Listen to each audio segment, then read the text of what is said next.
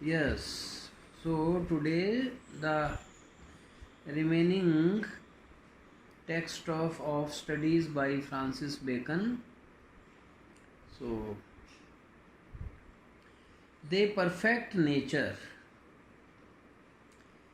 So about studies, Bacon observes that studies nature is perfected by studies. तो स्वभाव को जो पढ़ाई है, अध्ययन है, वो पूर्ण बनाता है। And are perfected by experience, और पढ़ाई को पूर्ण कौन बनाता है?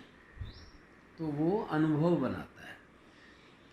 तो एक्सपीरियंस से स्टडीज़ परफेक्ट होती हैं और फिर स्टडीज़ जो हैं वो नेचर को परफेक्ट करती है।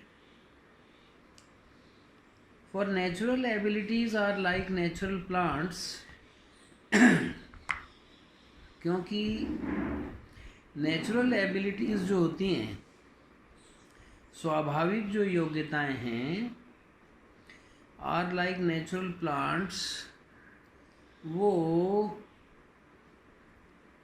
नेचुरल यानी प्राकृतिक प्लांट्स के समान हैं। वो कैसे हैं? That need pruning by study. तो जैसे नेचुरल प्लांट्स होते हैं जिनको प्रूनिंग चाहिए होती है, PROYNING, यहाँ प्रूनिंग ये ओल्ड इंग्लिश है, तो आपको ओल्ड इंग्लिश का प्रयोग अपने स्वयं की भाषा लिखते समय नहीं करना है, लेकिन अगर आप कोट करेंगे लाइंस को तो आपको वैसा ही लिखना पड़ेगा जैसा कि टेक्स्ट बुक में। तो नाउ पेज नंबर 33। तो जो नेचुरल एबिलिटीज़ हैं वो नेचुरल प्लांट्स के समान हैं। जो आपने देखा होगा, जैसे इन दिनों रेनी सीज़न है तो प्लांट्स की ग्रोथ बहुत ज़्यादा हो जाती है, तो उनकी प्रूनिंग करनी पड़ती है, छटाई करनी पड़ती है, काट छांट करते हो आप। तो इसी प्रकार से ये जो नेचुरल एबिलिटीज़ हैं उनकी भी काट छांट स्टडीज़ के द्वारा, अध्ययन के द्वारा करनी पड़ती है। And studies themselves do give fourth directions, और जो स्टडीज़ अपने आप में हैं, डू गिव फोर्थ, वो प्रदान करती हैं, डायरेक्शंस का मतलब हमें दिशा निर्देश देती हैं। टू मच एट लार्ज, तो वो तो बहुत अधिक दिशा निर्देश देती हैं और बड़े ब्रॉड वे में देती हैं। Except they be bounded in by experience, लेकिन अनुभव के द्वारा हम उनको सीमित कर लेते हैं। तो बाउंडेड का मतलब है, बाउंड से बाउंड्री भी बना है। जैसे आप बाउंड्री बना देते हो किसी स्थान को घेरने के लिए, ऐसे ही जो अनुभव है उसके द्वारा जो मार्गदर्शन दिया जा रहा है अध्ययन का, उसको आप सीमित कर सकते हैं, क्योंकि अध्ययन तो बहुत विशाल है। सारी स्टडीज़ तो एक आदमी लाखों जन्मों में भी नहीं कर सकता। केवल पब्लिश्ड बुक्स ही एक सब्जेक्ट की, इंग्लिश की आप ले लें तो आप 10 जन्म में भी उसको कवर नहीं कर सकते। तो इसलिए अनुभव आपको बताता है कि क्या हमें पढ़ना है, कितना पढ़ना है, और क्या दिशा निर्देश उससे प्राप्त करने। तो ये बहुत ज़बरदस्त बातें हैं इस बेकन के एस्से में, फ्रांसिस बेकन के। आप देखेंगे कि इस तरह की बातें जल्दी से आपको कहीं और पढ़ने को नहीं मिलेंगी। तो एक ही जो ऐसे है, यद्यपि बहुत शॉर्ट प्रतीत होता है, लेकिन उसकी व्याख्या आप बहुत लंबे चौड़े तरीके से कर सकते हैं और उसके द्वारा लाभ भी उठा सकते हैं, आप उनको जीवन में उतार सकते हैं। Crafty man contempt studies. अब ये फिर एक कोटेबल लाइन है। जो क्राफ्टी का मतलब नेगेटिव सेंस में ब्रिलियंट होता है। तो ब्रिलियंट का मतलब बहुत ज़्यादा बुद्धिमान, लेकिन पॉजिटिव है कि जो रचनात्मक रूप से हो, और नेगेटिव है जो धूर्तता भी जिसमें हो। तो कई बार बुद्धिमान आदमी धूर्त भी हो जाते हैं। तो क्राफ्टी का मतलब क्या हो गया कि ऐसी बुद्धिमानी जो चतुराई यानी धूर्तता की तरफ हो। तो धूर्त लोग कंटेम्प स्टडीज पढ़ाई की आलोचना भी करते हैं। उसका कारण क्या है? कारण ये है कि उनमें बुद्धिमत्ता ज़्यादा है और नेगेटिव की तरफ ट्रेड्स हैं उनको पढ़ाई की आवश्यकता नहीं होती। आपने देखा होगा कुछ लोग ये कहते हैं कि हम तो अनपढ़ हैं जी, कुछ जानते नहीं, और वैसे उनमें मक्कारी इतनी ज़्यादा होती है कि वो बहुत पढ़े लिखे को भी बेच के खा जाएं। तो कहने का आशय ये है कि क्राफ्टी मैन कंटेम्प स्टडीज़, जो धूर्त लोग हैं वो अध्ययन की आलोचना करते हैं, उनको पढ़ने की ज़रूरत ही नहीं है। सिंपल मैन एडमायर देम, और जो साधारण व्यक्ति हैं जो बहुत ज़्यादा धूर्त नहीं है, बुद्धिमान भी बहुत अधिक नहीं है, वो स्टडीज़ को एडमायर करते हैं। एडमायर का मतलब प्रशंसा करना, तारीफ़ करना। And wise man use them, लेकिन जो वाइज मैन हैं, जो विद्वान व्यक्ति हैं, वो यूज़ देम, जो सकारात्मक रूप से बुद्धिमान हैं, वो पढ़ाई का प्रयोग करते हैं। अब देखिए 3 वर्गीकरण इसने कर दिए। एक तो वो व्यक्ति हैं ज़रूरत से ज़्यादा बुद्धिमान हैं, वो तो अध्ययन की आलोचना करेंगे। जो साधारण लोग हैं वो अध्ययन की तारीफ़ करेंगे कि हाँ हाँ पढ़ाई तो होनी चाहिए, करनी चाहिए, बहुत अच्छी चीज़ है। And wise man use them, लेकिन सही अर्थों में जो विद्वान है, जो वाइज है, जो चतुर है, वो उनका यूज़ करता है स्टडीज़ का, यानी दैनिक जीवन में उनका प्रयोग करता है।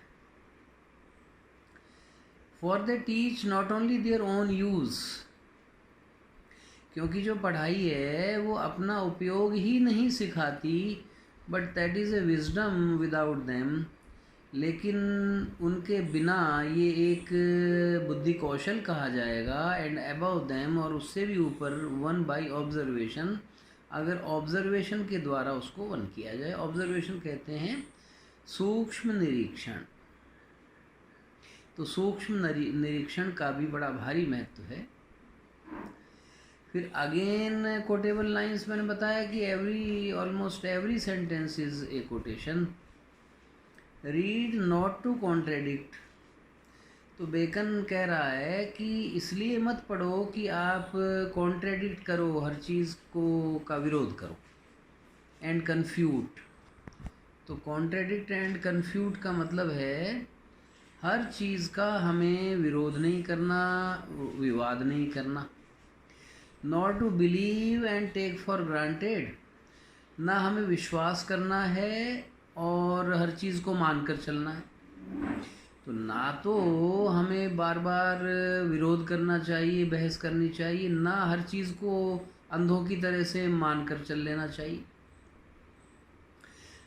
Nor to find talk and discourse, न केवल इसलिए पढ़ना चाहिए कि हम बातचीत की कला जान लें, और डिस्कोर्स का मतलब भाषण देने लग जाएं, but two way and consider, तो हमें क्यों पढ़ना चाहिए? ताकि हम वे का मतलब तौल सकें, एंड कंसीडर का मतलब है उसको समझ सकें। तो चीज़ों को तोलने के लिए, जजमेंट करने के लिए, उनको कंसीडर करने के लिए हमें पढ़ना है। हमें कॉन्ट्रेडिक्ट करने के लिए या अंधानुकरण करने के लिए या फिर केवल बातचीत और भाषणबाजी की कुशलता प्राप्त करने के लिए नहीं पढ़ना चाहिए। बहुत ही बढ़िया मार्गदर्शन है। तो आप लोग स्टूडेंट्स के लिए तो इसका कोई मुकाबला नहीं है, क्योंकि जो आपको मार्गदर्शन दिया जा रहा है तो वो बहुत ज़्यादा इम्पॉर्टेंट है। उसके बाद है some books are to be tasted, कुछ किताबों को केवल टेस्ट किया जा सकता है। टेस्ट का मतलब है जैसे हम बहुत सी चीज़ों को स्वाद के लिए चखते हैं, टेस्ट करना, चखना। अदर्स टू बी स्वेलोड, कुछ किताबों को निगला जा सकता है। And some few to be tasted and digested, और कुछ थोड़ी किताबें होती हैं जिनको हम स्वाद लेकर के खाएं भी और पचाएं भी। अब आप कहेंगे भी किताबों को खाना, निगलना, पचाना, ये क्या हुआ? तो इसके बारे में फिर वो आगे स्पष्ट कर रहा है, that is some books are to be read only in parts. जो उसने कहा भाई टेस्ट ही करना चाहिए, तो जैसे हम मिठाई को भोजन के रूप में नहीं खाते, हम उसको स्वाद के लिए थोड़ा बहुत लेते हैं। इसी तरह से बहुत सी किताबों को पार्ट्स के रूप में पढ़ना चाहिए। Others to be read but not curiously. और स्वेलो का मतलब हुआ जैसे हम कोई लिक्विड है, पानी वगैरह, उसको तुरंत निगल जाते हैं। तो इसी तरह से कुछ चीज़ों को हमें पढ़ना होता है, लेकिन ज़्यादा जिज्ञासा से नहीं, ज़्यादा मनोयोग से नहीं। And some few to be read wholly, लेकिन कुछ किताबें ऐसी होती हैं जिनको पूरी तरह से पढ़ना होता है, जैसे हम पूरा भोजन ढंग से चबा चबा कर खाते हैं और उसे पचाते हैं। And with diligence and attention, diligence का मतलब है बहुत ही मेहनत, धैर्य के साथ में, परिश्रम के साथ, और अटेंशन का मतलब ध्यानपूर्वक। तो इससे साफ हो गया कि categorization is being done by Lord Bacon, and he says that some books are not to be read with that attention and diligence which others need. तो कुछ किताबें तो बस सरसरी तौर पर देखने की होती हैं, कोई दाएं बाएं एक आध पेज पढ़ लिया। कुछ क्या है कि स्वेलो का मतलब फटाफट, जैसे हम अखबार पढ़ते हैं तो उसको फटाफट पढ़ लेते हैं, तो लगभग निगलना हुआ। और कुछ चबा चबा कर जैसे हम भोजन करते हैं, ऐसे बहुत अच्छी तरह से ध्यानपूर्वक विश्लेषण करते हुए पढ़ने की पुस्तकें होती हैं। तो ये किताबों के कुछ वर्गीकरण है, और उनके हिसाब से ही हमें उनके साथ में पेश आना चाहिए।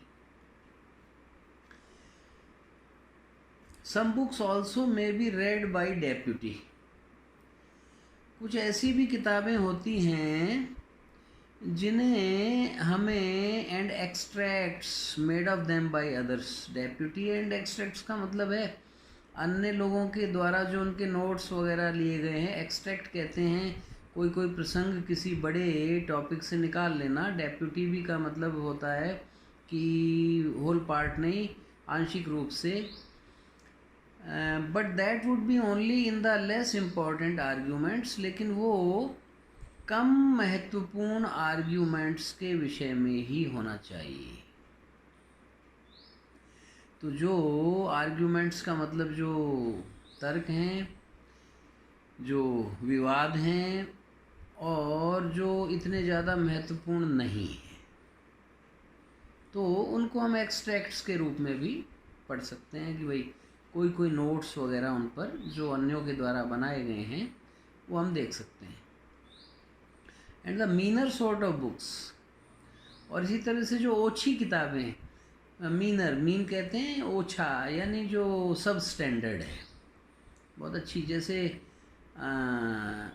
अब आजकल बहुत सी ऐसी पुस्तकें भी, कुछ ऐसी 1 वीक सीरीज़ वगैरह भी चली हुई हैं जो कि इतनी स्तरीय नहीं होती, लेकिन कई बार स्टूडेंट्स उनको पढ़ते हैं, तो उनको ज़्यादा गौर से पढ़ने की आवश्यकता नहीं है। तो meaner sort of books. Else distilled books are like common distilled waters, लेकिन बाकी जो कॉमन बुक्स हैं, डिस्टिल्ड बुक्स हैं, डिस्टिल्ड वाटर आपने सुना होगा, जैसे बारिश के पानी को डिस्टिल्ड वाटर कहते हैं, छना हुआ पानी। Are like common distilled waters flashy things. तो इस तरह से बुक्स के बहुत से प्रकार इसने बता दिए कि किस किस किस्म की किताबें हो सकती हैं और उन्हें हमें कैसे पढ़ना चाहिए। तो आज यहीं आप मार्क कर दीजिए। नेक्स्ट हम अगले जब मैं आपको पढ़ाऊँगा उसमें ये फिनिश कर देंगे, तो उस समय हम लेंगे। तो अभी आज इतना ही। आपके लिए पर्याप्त है। Thank you, that's all.